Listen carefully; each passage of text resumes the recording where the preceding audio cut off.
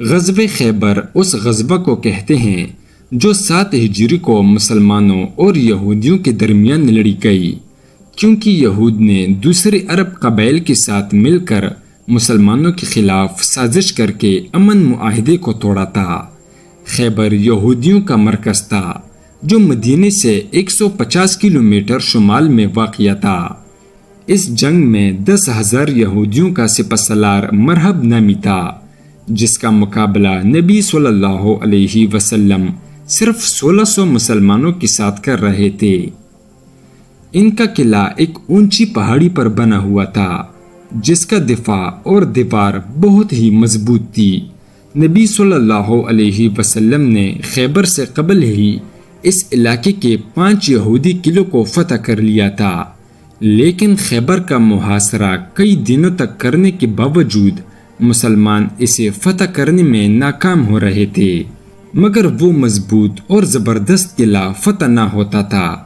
نبی صلی اللہ علیہ وسلم نے حضرت عامر کو لشکر کا امیر بنایا اور حملے کے لیے بھیجا، لیکن وہ شہید ہو گئے۔ پھر حضرت عمر فاروق رضی اللہ عنہ کو امیر لشکر بنایا اور قلعے کی طرف روانہ کیا، لیکن وہ بھی ناکام لوٹے اور سپاہیوں میں یہودیوں کی جنگجوؤں اور سپاہیوں کا خوف بیٹھ گیا۔ رسول اللہ صلی اللہ علیہ وسلم کی طبیعت کچھ ناساز محسوس ہوئی تو آپ آرام کرنے چلے گئے۔ رات میں جب حالت کچھ بہتر ہوئی تو آپ نے پوچھا کہ دن میں کیا ہوا، لہٰذا صحابہ نے آپ کو سارا حال سنایا۔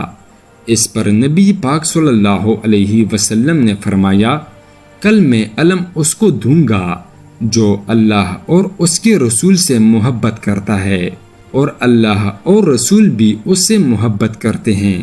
وہ قرار ہے اور میدان سے فرار نہ ہوگا جب تک اللہ اس کے ذریعے خیبر فتح نہ کروا دے۔ راوی بیان کرتے ہیں کہ اس رات کسی کو نیند نہیں آئی اور سب اضطراب میں تھے۔ صبح ہوتے ہی تمام لوگ نبی پاک صلی اللہ علیہ وسلم کے پاس آ گئے۔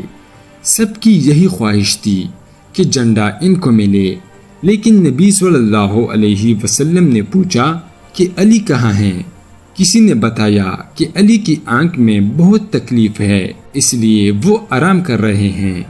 نبی صلی اللہ علیہ وسلم نے حکم دیا کہ انہیں بلا لاؤ، لہٰذا حضرت علی تشریف لائے اور آپ صلی اللہ علیہ وسلم نے اپنا لعاب حضرت علی کی آنکھ پر لگا لیا، پھر آپ کے حق میں دعا کی اور دعا کرتے ہی وہ ایسے شفایاب ہو گئے گویا ان کو کبھی کوئی تکلیف ہی نہ تھی۔ آپ صلی اللہ علیہ وسلم نے جھنڈے کو مولا علی علیہ السلام کے ہاتھ میں دیا اور نصیحت کرتے ہوئے فرمایا، اے علی، پہلے ان سے نرمی سے بات کرنا اور انہیں اسلام کی دعوت دینا۔ خدا کی قسم، اگر تمہارے ذریعے ایک آدمی بھی ہدایت پر آ گیا تو یہ اللہ کی راہ میں ایک سرخ اونٹ صدقہ کرنے سے بھی بہتر ہے۔ جب مولا علی علیہ السلام لشکر سمیت قلعہ خیبر کے دروازے تک پہنچے تو یہودیوں کی طرف سے مرحب رجز پڑھتا ہوا باہر آیا تو مسلمانوں کے لشکر کی طرف سے خود مولا علی تشریف لے گئے اور آپ نے بھی یوں رجز پڑھا کہ میں وہ ہوں کہ جس کی ماں نے اس کا نام حیدر یعنی شیر رکھا ہے۔ مرحب نہایت ہی قد آور اور چٹان جیسا وحشی جنگجو تھا جس کی ہیبت سپاہیوں کے دل و دماغ میں بیٹھی ہوئی تھی، اور یہ مقابلہ نہایت ہی سخت نظر آ رہا تھا، لیکن شیر خدا حضرت علی نے چند ہی ضرب اور ذوالفقار کے زوردار وار سے کچھ ہی لمحوں میں مرحب کا کام تمام کر دیا۔ اس کے بعد اسلامی لشکر نعرے تکبیر سے گونج اٹھا، لہٰذا یہودی لشکر مسلمانوں پر ٹوٹ پڑے اور گمسان کی لڑائی ہو گئی، جس میں مولا کائنات علی ابن ابی طالب کی بہادری اور جرأت مندانہ لڑائی اپنی مثال آپ ہے۔ کچھ ہی دیر بعد خود نبی صلی اللہ علیہ وسلم بھی اپنے ساتھیوں سمیت تشریف لے آئے۔ تب بھی جنگ اپنی عروج پر تھی۔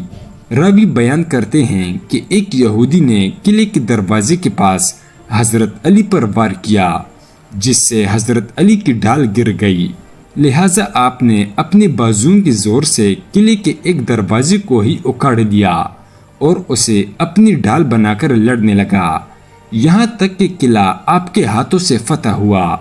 مختلف روایاتوں کے مطابق بیان کیا جاتا ہے کہ بعد میں 40 صحابہ نے اسے مل کر اٹھایا تھا۔ محققین نے اس دروازے کا وزن 100 من لکھا ہے۔ اس فتح کی وجہ سے شیر خدا حضرت علی کو فاتح خیبر بھی کہا جانے لگا، جو آپ کی شجاعت اور جرأت کی ایک مثال ہے۔